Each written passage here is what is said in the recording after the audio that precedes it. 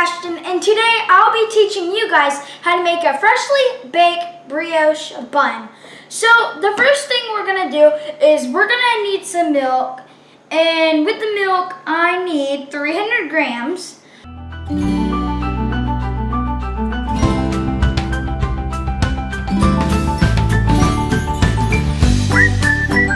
So basically I'm going to zero this out, and so 300 grams. 2 hands, buddy. Daddy doesn't want to mess. Okay. Try to do this. It's easier to do it when you measure it on the... Here you go. Just go slow and watch it go to 300. Okay, so I'm going to get my milk and I'm going to pour it in. And so now it calls for 2 medium eggs. Make sure we don't get shells in them. Yeah, I know.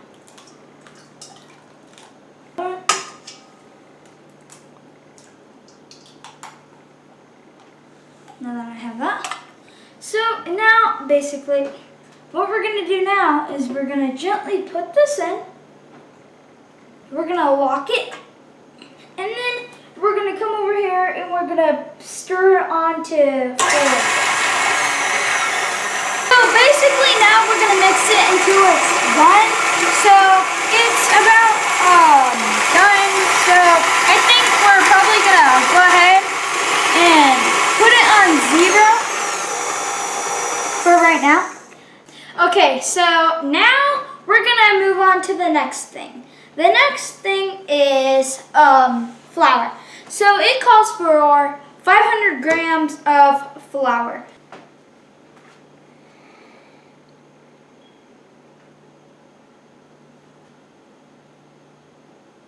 Perfect, 500. All right. So now what you want to do is spoon that in, put that back on 4. Put that back on 4, your blender. And spoon in the flour a spoon at a time. When it becomes like pancake batter, then we're going to stop. Don't we need another step? The dough hook will come in just as soon as the batter comes together. Again, we want it like pancake flour or pancake batter. Yep, we're almost there. I'd say it's time to stop. Yeah, let's stop and let's get that dough hook in there. So now, unlock it. We're gonna unlock it. We're gonna lift our.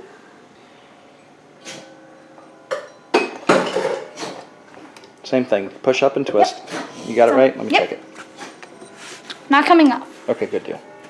Okay, so now the next step is to lean that in. Lock it down. And lock it back to 4. Yep.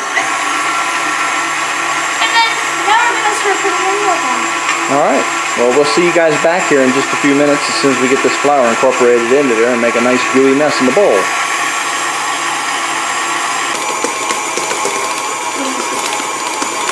Alright guys, so we're back and the dough has turned into a ball. It's slapping around the sides.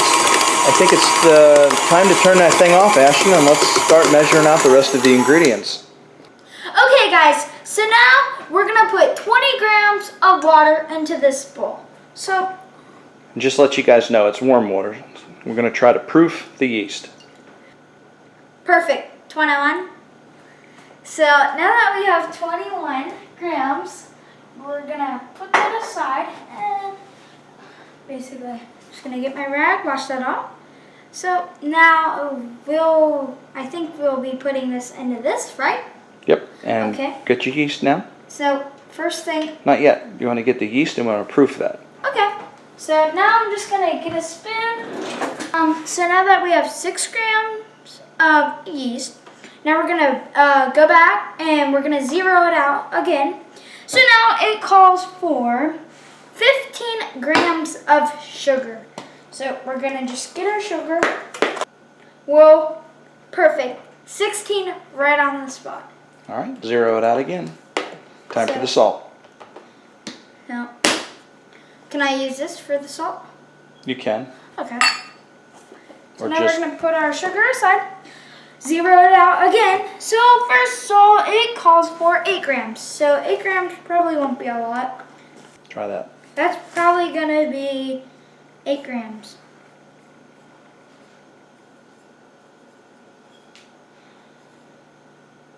And little did I know it was going to be 8 grams. Nice. Right on the money. All right, get that blender going again. Let's get that stuff in there. Okay.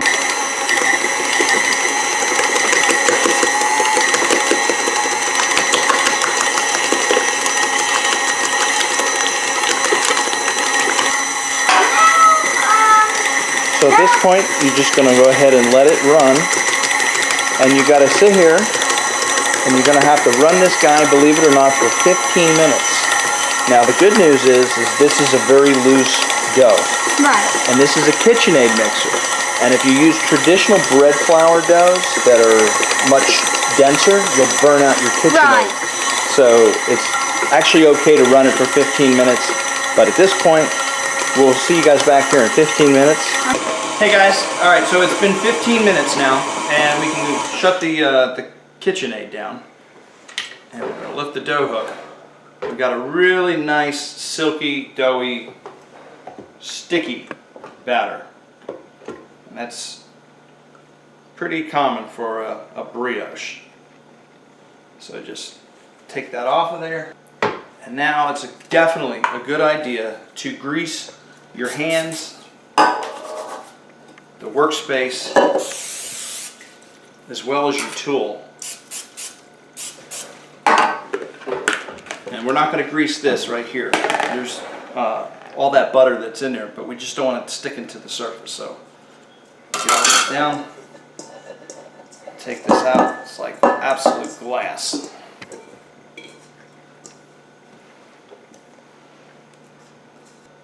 It's definitely a wet dough.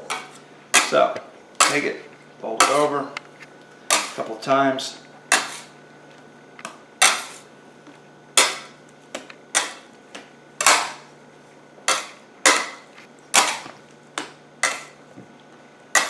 Okay. Put this in the bowl overnight. And it should about double in size. Hi and welcome back. It is now the next day, and so we're going to take our dough out of the refrigerator and we're going to slice and dice it up, and we're going to put them in these ring molds. But we didn't buy them. We actually made them out of aluminum foil, and we just kind of slit them around the corners and then just stuck them in here. So there's 6 rolls. There should be enough here for all of those to fill up, and we're going to get the rolls out of the refrigerator. And it should have doubled in size, which it definitely did. Alright, so the good news is there's a lot of butter in here, as you saw yesterday, which means it's nice and stiff. But that also means we kind of got to work a little quickly, because if it warms up, what will happen is the butter will start to melt and we'll get a nice loose dough again, which is okay, but it just makes it that much harder to work with. So I'm just going to spray my knife just to get it greased up here. Pull this, or try to pull this dough ball. I probably should have greased this yesterday, but I didn't, because I thought there was so much butter in it. The last thing I wanted to do is add more grease to it. Alright, so the goal here is, once you get it out, is you want to take it and make about 155 grams to, say, 160 grams. And this is the dough balls that we're going to make. So to get it turned on, make sure I'm on kilograms. And so there's 109, 150, okay, 191. Alright, so I'm going to cut the video. We're going to get these all squared up, and then we'll see you back in just a few minutes. Okay, I finally got them sliced and diced so that they're all about an even size. So now the next thing you want to do is just kind of flatten it out a little bit, and you want to fold the corners in. And you're just going to kind of keep working in a circle and just use your fingers to pull it up. And basically this is going to form a dough ball. And you don't have to be perfect about it, just decent enough so that they kind of look like that.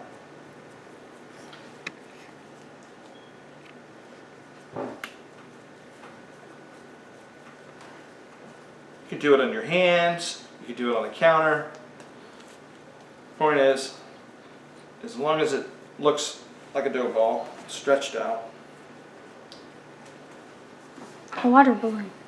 Huh? Water balloon? Yeah, I guess a water balloon. But just roll it around so that it gets nice and round or soft. Alright, take this because this is starting to get sticky and loose. Okay, so now we've got them all in the ring molds on the parchment paper on a cookie sheet. At this point, all we're going to do is cover them up with saran wrap and let them sit for about an hour to an hour and a half so that they rise or they double in size. And we'll see you then.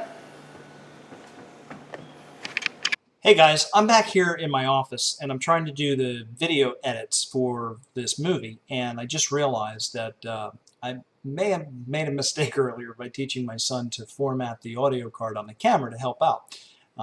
Unfortunately, he decided to format the card in between the end of our the end of this video and then the beginning of the portion of the next video. So we lost the very tail end of this video and the very tail end of the video in this series to come.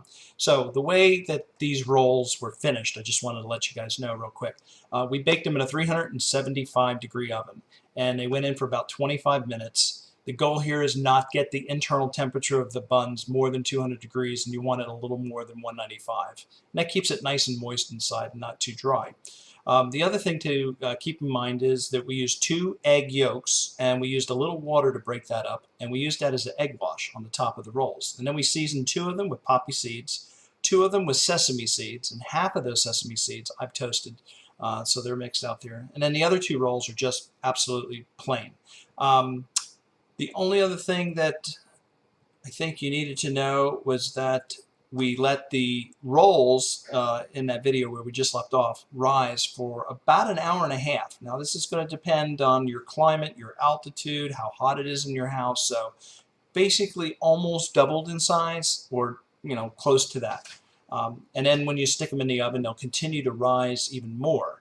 And so again, 375 degrees for about 20-25 minutes. Internal temperature no more than 200 degrees. Thanks a lot, guys. Appreciate it. If you like this video, be sure to follow us on YouTube by subscribing to our channel, or follow us on Twitter, and you can also check us out on Facebook.